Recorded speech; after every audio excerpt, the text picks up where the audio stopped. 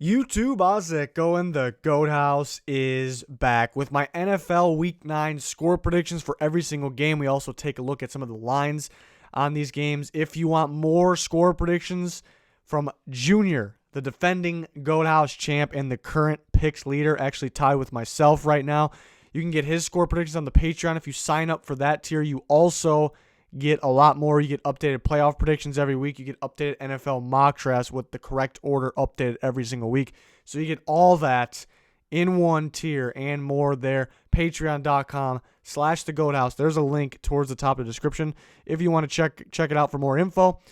And please help us get to that 40K subscriber goal. We'd appreciate you very much if you just subscribe to the channel. Full NFL content, recaps, power rankings, predictions like these, plenty more. Full free agency and draft coverage in the offseason as well. Click that like button. Check us out on Twitter as you see on the top right, and there's a link in the description for that as well. Turn notifications on so you don't miss anything. Always got new ideas, new videos popping up here at the Goat House. Week 9 score predictions. A lot of games that if you watched our straight-up picks, a lot of us agreed on. We took the same team, but then there's a few games that are pretty good, pretty tough here. So we'll take a look here at my scores. First game, the Thursday night game, the Niners 24, the Cardinals 13. Strange things happened on Thursday. I guess, there was more odd things going on earlier in the year.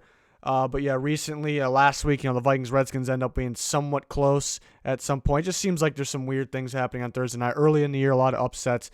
So can the Cardinals pull this off? I think it's possible. They're obviously beat up at running back. The Niners are beat up at running back. Niners have some injuries elsewhere too. The Niners are just plain and simple the better team. That defense is not only is it good, it's flying around. It's got a lot of energy, a lot of momentum. I love it. I don't see this Cardinals scoring that many points. They struggle against the Saints. I know this is a different environment here at home on Thursday night. The Niners are -10. What I do on these videos, I come up with the score first, then I take a look at the spread, plug that in there, and we're pretty close there on the line.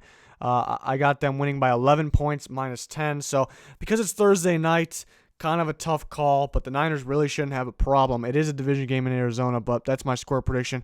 I think mainly it's the defense of the Niners that is going to win it, like most games, but obviously they got the running game going pretty well this year. Now they get Sanders in there with the receiver unit. They're definitely their top-tier receiver. He scored right off the bat last week, so that was cool to see. So let's see if he can get going even more here. Next game, if you've been with us for a few weeks, or for most this year, that I have a rule on the London games. I stay away from them for sure. We see some odd things happen in London, and this is one of those games. And it seems like the Jacksonville Jaguars are pretty good playing there. They got a pretty good fan base there. I'm still taking the Texans, but this is one of the harder ones to pick on the week. What makes it hard is you look at the matchup. The Jags could, first off, it being in London makes it hard. But the Jags can get a pretty darn good pass rush because they have a pretty darn good pass rush. And the Texans, even though their offensive line's getting better, they're kind of known for letting pressure to get to Watson, and sometimes he can struggle under pressure. Sometimes he makes some ridiculous play under pressure. So the matchup could really favor them in that way. I just think the Texans are a team that's going to score on you regardless. The Jags haven't been super impressed the last couple weeks. At the end of the day, they did win those games, but it seems like they need turnovers to win these games. They're going to need to get some turnovers. I think they can get some good pressure. I don't know if they get multiple turnovers in this one. I just think the Texans are the better team, but them missing J.J. Watt could hurt too. I don't see them really getting any pressure to Gardner Minshew, so he could have some time to throw, but I just like, as you can see, I don't have a whole bunch of offense in this one, but I have the Texans just having just enough offense. 23 on the Jags, pretty solid. Just enough offense, but just that matchup alone, on top of it being in London, I would not put any money on that game. Texans are -1.5. I do have them covering, but yeah, that's a tough one. Fun one to watch for sure. Can't wait for that one. Redskins and Bills. Yeah, I do this video every Wednesday. The kind of the tough part here is we don't really know who's starting at quarterback here for the Redskins. All along I thought it was going to be Keenum, but now I'm hearing that it very well could be Haskins. Right after Keenum went down, we didn't see him go down in that last Thursday, so they had quite a bit of a break there.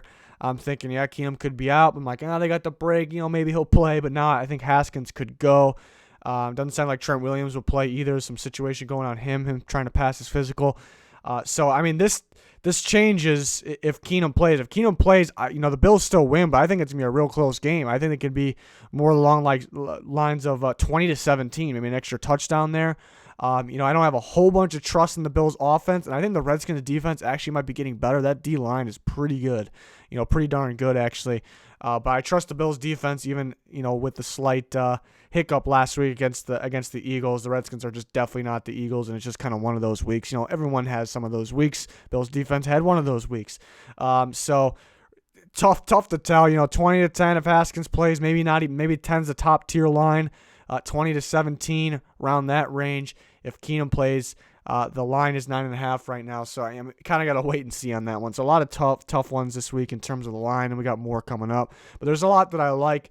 This one is kind of a wait and see still. I keep seeing lines kind of go away, kind of to wait on to see if Mahomes is playing. I've seen a -1 on the Vikings most recently. Either way, I got the Vikings winning this game, no matter if Mahomes plays or Matt Moore plays. Obviously, the Chiefs have a better chance to win the game with Mahomes. But this prediction is without Mahomes. 31-27 Vikings. That's without it, so you can see somewhat close. I don't think they play Mahomes. I think it's too risky. I know he'll want to play. The Vikings, they're towards the top of the NFL in sacks, but they're, at the very top, amongst some other teams in pressure, quarterback pressure, and, consistent pressure turns into a lot of sacks, down the line of the season, as history's shown. So and with the offensive line beat up with the Chiefs, I think the Vikings could get after Mahomes if he plays. He'll still have a good game if he plays. Obviously, he's the best player in football, but you hate to see him getting hurt and then them jeopardizing the rest of the season and further along, because even with Matt Moore playing for another week or two, they're still the favorites to win that division. So I don't think it's a good idea. But why do I think 31-27 without Mahomes, and why do I think the Vikings still win with Mahomes? Well, it's going to be an offensive game either way. The Vikings are rolling right now. It's just going to be really hard for the Chiefs to really stop at all. That Dalvin Cook run game and the pass game. Dalvin Cook being so good opens up the pass game, vice versa. Thielen's going to be back. They actually get a cornerback in Holton Hill out there, so that's good for the Vikings too. I just think they got too much offense, and I trust the Vikings defense a little bit. They're still going to win if Mahomes plays, in my opinion, because I actually think the Chiefs will score more points with Mahomes. No doubt. They'll score more points, but the Vikings will score more points. And you may ask, how does Mahomes being in force the Vikings to score more points? Well, the Vikings are, their play calling is a little strange. I guess I wouldn't call it strange. A lot of teams do it. But if they know they're playing Mahomes and a guy that can score at any given time, they're going to go out and keep scoring. They're a team that can get conservative and try to run the clock very quickly and very easily. We've seen it happen against the Redskins last week. When they're on their heels, when they're a little scared of the Lions scoring, they just keep scoring every time they touch the ball. So for that reason, Mahomes will definitely help the Chiefs score more points. The Vikings, I think, will get going more if Mahomes plays. So we'll see. I like the Vikings, though. More complete of a team right now, and the Chiefs are pretty beat up. Usually it's the Vikings that are beat up by this point. The Chiefs, unfortunately, are beat up so far. Let's see if they can get healthy. They need to make sure they get healthy here. They need to make sure they get healthy. I would keep an eye on this line, keep an eye on what's happening at quarterback, but I like the Vikings here. It is tough to see the Chiefs losing another home game, but I like the Vikings in this game. The Jets and the Dolphins, I got a 3-point game. The spread happens to be 3.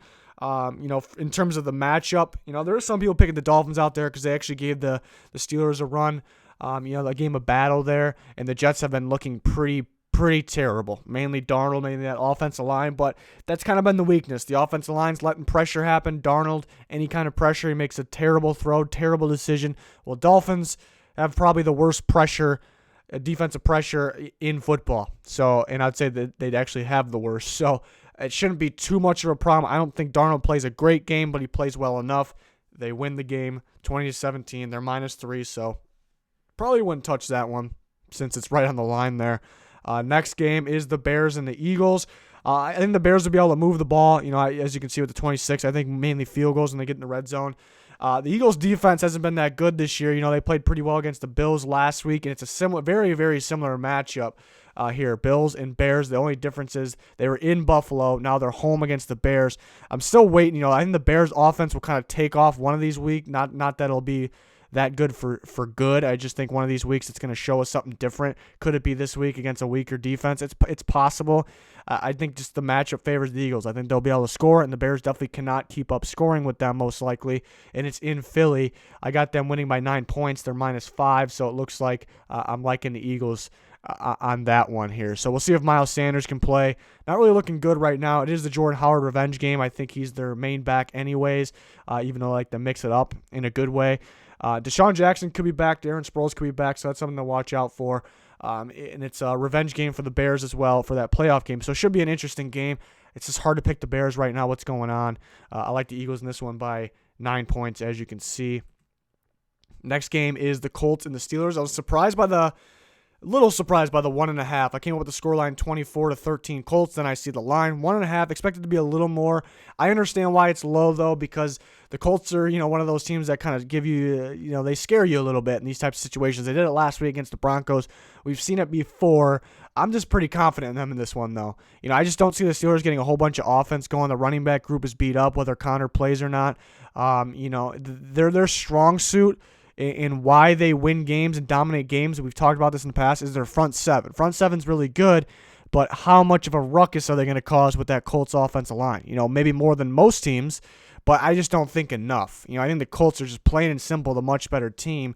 I don't see any reason why they can't score over 20, and I really don't see the Steelers scoring that many points. So you see me, I have them winning by 11 points, and they're only -1.5, so that's one of the ones I like. But then again, the Colts are kind of one of those teams that can all of a sudden give us one of these weeks where they can lose to a team like this. But I think that was last week. It usually doesn't happen a couple weeks in a row. Last week it was kind of that week. They still came away with the win because they were the better team in the end. So I don't think they blow this game, but you never know here. I like the Colts.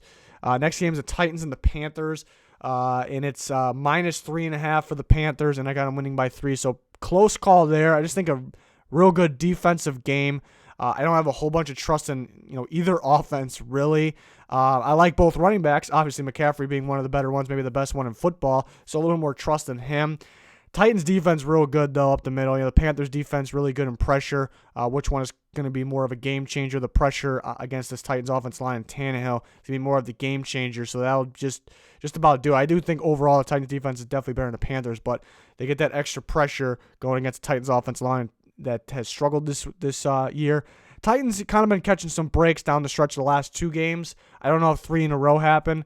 They definitely can continue to win games because of their defense. And in a defensive game, you could argue that they are the favorite there. But I like the Panthers at home. It should be a good one though. I see it pretty close in terms of the line. So close call there. The Lions and the Raiders. This one was weird. Multiple times it happens where I predict the score and then I pull up the spread to put it on the graphic. It ends up being the same, and it hasn't really been surprising to me that much this year, but this one was surprising. I came right away. I was feeling the 30-28 Raiders. I thought I was picking somewhat of an upset, somewhat in terms of underdog, but it happens to be the Raiders are -2, exactly how much I picked them winning by. I figured it would be a pick or the Lions would be favored by a little bit there. We were split in our straight-up picks with the other guys. We have 4 guys picking. We were split on this game. I picked the Raiders. I think they'll have a good game plan, actually on both sides of the ball. 28 points, limiting the Lions 28 points just might do it, even though it's not a great defensive performance. Tough for the Lions because they don't really have much of a running game. So teams just have to game plan against the pass. You don't have to worry about them beating you on the run too much. But mainly the Raiders win with offense there. The Lions defense has kind of taken a couple steps down these last few weeks, which is kind of interesting because they were really good in the start of the year. But I like the Raiders here. They've played pretty well. They got beat up by the Packers pretty well, but they were scoring.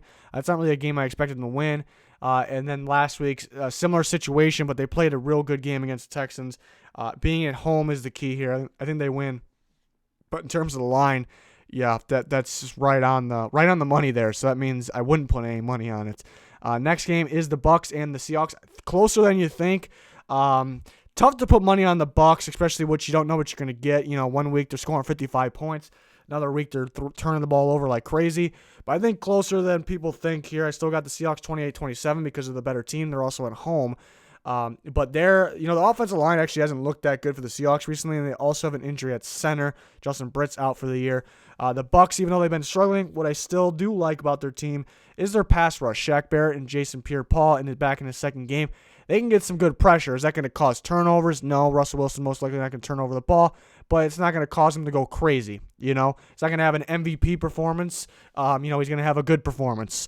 But and the Bucs can score. Even if they turn the ball over or not, they can score. I think they'll be able to do this. I don't think they'll go insane with the turnovers. I think, you can expect 1 or 2 turnovers for them, though. I mean, it's a team that could have a lot more wins if they can just control those turnovers. It really is. But I think closer than people think, +6. If it went to 7, I would feel very good about that because 7, the worst that can happen is they lose by a touchdown. Obviously, it could be worse, but that's if they're turning the ball over like crazy. I think they figure some things out after last week, a game they could have won if they didn't turn the ball over a lot. So, Seahawks, little worried about the offensive line and Justin Britt being out. Obviously, the backup center doesn't have to block the pass rushers on the edge for the Bucs, so that's really not a factor. Just haven't really been liking their offensive line recently. Looks like Russell Wilson's going to run all over the place. No Disley, I think that plays a part on it.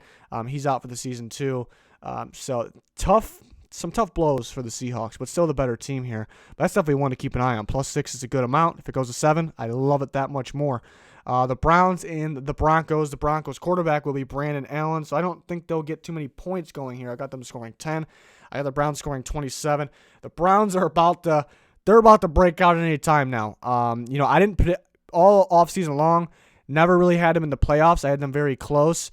But now I'm starting to think, actually it's weird because people had higher expectations, the people that had to make it in the playoffs, and now they're the opposite. Now me, I didn't have that high of expectations. Now I'm starting to think, looking at the rest of their schedule, pretty favorable, and I think they can start breaking out at any time now and make that run to maybe squeeze in there, and this is where it starts. This is where it starts right here. Myles Garrett's getting going. This offense, the Broncos offense, won't be able to do much here. And I really think the Browns offense can get going here. So a 17-point win when they're only -3.5. So that one's looking pretty good. They just got to figure out, protecting Baker on the outside there, the tackle position. That's what they have to figure out mainly. And that's the obvious statement there. But I got the Browns winning 27-10. Next game is the Packers and the Chargers. Kind of back and forth, and trying to figure out how many points the Chargers are going to score because you see teams all the time when they fire a head coach or an offense coordinator, they really get going the next week. It seems to be most of the time they really get going. And if you look at history this year, the past, every year the NFL, they get going. So the offense can really get going. They can use Eckler, more of the right way, which they have success when they do, outside, whether it's the passing game, run game. Melvin Gordon's probably going to get better every week. The Packers defense doesn't look as good as it did in the beginning of the year. They're giving up some yards to the air. Can Phillip Rivers find, get something going? My worry about, them not scoring a whole bunch of points, the Chargers that is even though the Packers defense doesn't look maybe as good as it did in the beginning of the year, I still really love their pass rush.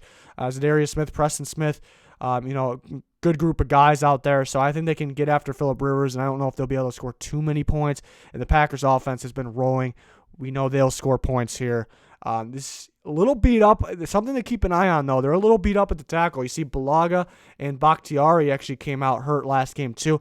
Looks like they're going to be okay. But, just playing week after week as season goes on, that is when it gets real tough as an NFL player, especially the linemen. You see them get hurt at this point of the year all the time. So that's something to look out for. And maybe if their offense doesn't get going as much as we're used to, that could be the reason. So a lot of factors going into this game, but at the end of the day, I'm pretty confident about the Packers winning. I have them winning by 11 when they're almost when they're only -3.5. So it looks pretty good, but there's a lot of factors that could make that a little closer than expected. They were a little closer than expected against the Chiefs. They still covered. So we'll see here, but the Packers are the better team at the end of the day. They should have no problem winning this game, but we'll see. The tackle's got to stay healthy. That's the main thing I'm looking at here. Patriots and Ravens should be a good game. I got a 3-point win. It happens to be a 3-point spread. 3-point win for the Patriots. Patriots look like, we were talking about this in our straight-up picks. I was talking about it last week, too. I predicted Nick Chubb to be able to run well on him. He did run all over them, but he did fumble twice. I think you can run on the Patriots. I really think you can. What does Lamar Jackson, Mark Ingram like to do and like to do well? They like to run the ball. Throw Gus Edwards in there as well. So I think they'll be able to run the ball pretty well. I'm a believer in Lamar Jackson throwing the ball. but he still has a bit to go. He's still he's barely missing some throws, some crucial throws that he could have back. So he can hit all those in this game. It's very possible he can hit them all at any given time. I'm a big believer, but this is the best secondary in football. I think they'll keep it close with their running game, but you may need to make that extra big time play downfield in the passing game to win this game, and that's where it's tough. But there's a lot of question marks in this game too, because the Ravens they have not had good pressure, pretty much all this year. What we saw at the end of last year, we saw a lot of good pressure. They were bringing a lot of good pressure on the quarterback. And you look at the Patriots, that's kind of their weakness on the offensive side. This is one of their worst offensive lines in a long time. It's not terrible, but we're used to seeing an elite offensive line. And when Brady's under pressure, he isn't doing that good. So if the Ravens, and then looking at the last time the Ravens played, the Seahawks, they had insane pressure on Russell Wilson. So is that, the Ravens pressure, pass rush that we're going to continue to get? Is it something new? Because last year we kind of saw that too. A little quiet early and then really push through. So there's a lot of factors in this game that can really change the game. I'm looking for, the running game is obvious. The Ravens will have a good running game. Will that be enough to win the game? So I'm looking for if they can make those big-time plays against the best secondary in football in the passing game. And I'm looking for what kind of pass rush do they have, and will that throw Tom Brady off? And it could. And for those factors, if they go the Ravens' way at home on Sunday night, which we see Sunday night home teams winning a lot lately, that could be the difference. So there is a case for the Ravens, probably a game I would not put money on. I think the Patriots secondary, for me, gives them the edge. That's for me, though. But that's going to be a heck of a game. Can't wait to see that one on Sunday night. Monday night, I think, closer than people expect, too. We see the Cowboys, so inconsistent. Which Cowboys team are we going to get? Can totally see that Cowboys team we saw against the Giants or the Jets and the Packers in this game. It's all about how they start. There's a good chunk of teams that you can say that for. I think the Cowboys are the prime example for that. We've seen them start with a forced fumble against the Eagles. I know they kicked the shit out of the Eagles, but if they didn't force that fumble off the bat and go get in the end zone, it would have been a totally different game. I'm not saying the Eagles would have won, but even though you look at the score line, it's maybe crazy that I'm saying that, but you never know. The Cowboys have to start off strong so they can be able to run the ball the rest of the game. That is the key. You shouldn't have Dak throwing the ball an insane amount of times a game. If you do, you're probably coming from behind, and when they are not good at coming from behind. I think close because it's tough to say what type of Cowboys team can show up. The Giants score points. They actually score points.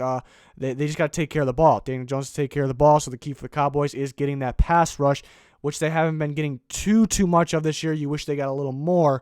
But the reason I trust the Cowboys offense in this one enough here is because I think they'll be able to, we've seen the games where maybe Dak's not hitting his receivers or his receivers are dropping it or a mixture of both. I think they'll be okay in this game because the Giants secondary is on the weaker side. He'll have some open receivers, so that should be the edge. But just what Cowboys, it's hard to put money on any Cowboys game because which Cowboys team is going to step up? They're minus 7.5. I think it'll be closer than that, especially at being just above 7. Plus 7.5 for the Giants. I think that's looking pretty good. But the reason if they got destroyed, the Giants that is in this game, the reason would be the Cowboys got some really good pressure, some ridiculous pressure. Daniel Jones is a fumbler. Something's got to be fixed there. I don't know if that's something you actually can fix. Getting rid of the ball quicker, maybe. Hoping to see Sterling Shepard back. That could be big time for the Giants. I'm really not worried about them getting yards and points. It's just taking care of the ball so the Cowboys don't get the easy points and make the offense, you can't make the Cowboys offense easier, for themselves. That's the key there. So should be an interesting game, actually, even though it's a 7.5 spread there. I think a little closer. But that's going to do it. I'm here every week with my score predictions on Wednesday. Junior's got his score predictions on our Patreon every Wednesday afternoon. It usually goes up just after you see this video, most likely. We have straight up picks with the other Goat House members on Tuesday nights. We got power rankings, recaps, plenty more NFL content all year long. So please subscribe. Trying to get to that 40K goal. Appreciate you guys very much for being here. Thanks for watching this video. Goodbye.